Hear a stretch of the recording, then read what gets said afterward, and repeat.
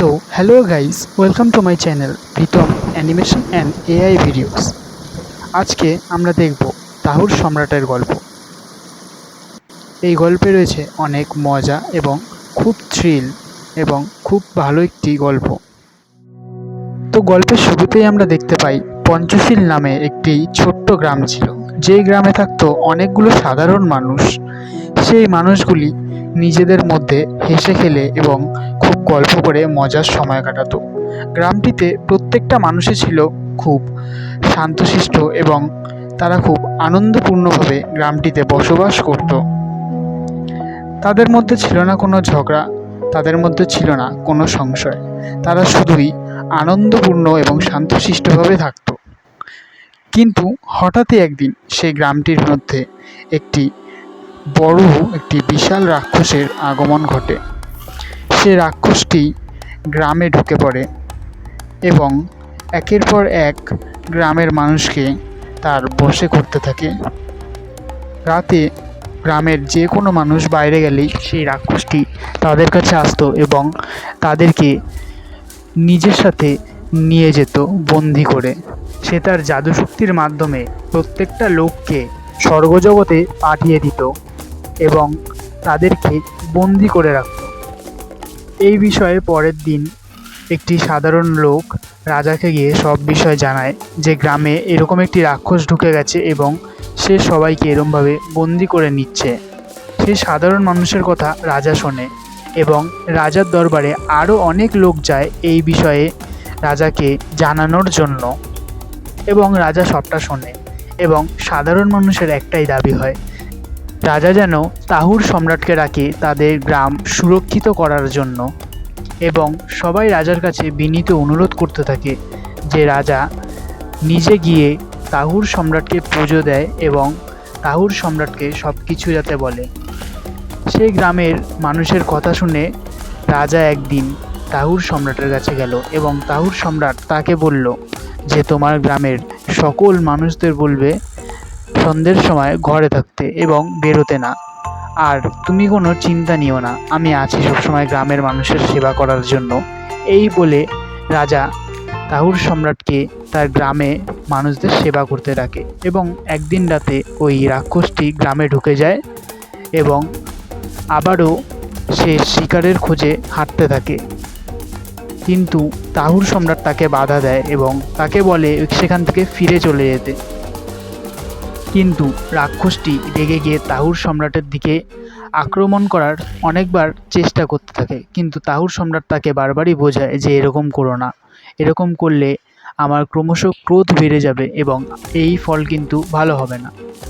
এবং রাক্ষস না শোনায় তাহুর সম্রাট তার একটি বিশেষ কৌশলের মাধ্যমে আকাশ থেকে বিদ্যুৎ বর্ষণ করতে থাকে এবং সেই রাক্ষসটি ভয় পেয়ে যায় এবং সে মাটিতে লুটিয়ে পড়ে।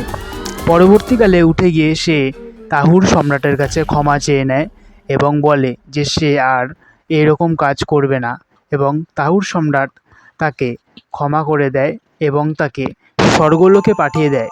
সে চিরকালের জন্য স্বর্গলোকে চলে যায় এবং তাহুর সম্রাট তাকে বলে আর কখনো এরমভাবে গ্রামের মানুষদের সে যেন শিকার না করে। এবং পরের দিন গ্রামের সকলে এবং রাজাও তাহুর সম্রাটের সেই নদীতে গিয়ে পৌঁছয় যেখানে তাহুর সম্রাটের বসবাস ছিল এবং সেখানে পুজো করতে থাকে। পরবর্তীকালে গ্রামে শান্তি ফিরে আসে এবং সকল লোকেরা গ্রামে আনন্দিত হয়ে এবং খুব শান্তিতে থাকতে শুরু করে। তারা একে অপর মিলে খুব হাসাহাসি এবং নাচ করতে থাকে। কিন্তু এটি বেশি দিন আর স্থায়ী হয়নি, কারণ গ্রামে চলে আসে নতুন একটি সমস্যা। একদিন বিকালে যখন একটি চাষি এবং তার ছেলে চাষ করে বাড়ির দিকে ফিরছিল, তারা চাষ করে আস্তে আস্তে প্রায় বাড়ি ফিরতে ফিরতে রাত হয়ে যায় এবং গ্রামের মানুষ ততক্ষণে ঘরে গিয়ে শুয়ে পড়ে। এবং সেই চাষি এবং সেই ছেলেটি রাস্তা দিয়ে হেঁটে আসার সময় হঠাৎই তাদের সামনে একটি পরী ওপর থেকে নামতে থাকে এবং তারা সেটা দেখে খুব অবাক হয়ে যায় এবং ভয়ে পালাতে থাকে। কিন্তু পরীটি তার মন্ত্রের মাধ্যমে তাদের দিকে একটি গোলা বর্ষণ করে এবং সেই গোলায় তারা হঠাৎই অদৃশ্য হয়ে যায় এবং পরীটি হাসতে থাকে এবং হঠাৎই চারিদিক যেন ধুয়োয় ধুয়ো হয়ে যায়। গ্রামের একজন সাধারণ ব্যক্তি রামু চাচা, সে তার জানলা দিয়ে সব ঘটনাটি নিজের স্বচক্ষে দেখে এবং সে পরের দিন রাজাকে গিয়ে জানায় যে গ্রামের এই নতুন সমস্যাটি আবারও একবার তাহুর সম্রাটকে ঠিকঠাক করতে হবে এবং রাজাকে গিয়ে সে সব ঘটনা বলে এবং বলে তাহুর সম্রাটকে আপনি আবারও একবার ডাকুন, সে যেন আবারও একবার এই সমস্যাটি মিটমাট করে দিয়ে যায়। এবং রামু চাচা এবং রাজা এবং তার একটি সেনাপতি মিলে ফের একবার তাহুর সম্রাটকে স্মরণ করে এবং তাহুর সম্রাট তাদের সামনে এসে হাজির হয় এবং রাজা তাকে সব ঘটনাটি বলে যে আবারও একটি নতুন পরী তার গ্রামে এসে এইরকমভাবে তাণ্ডব করছে।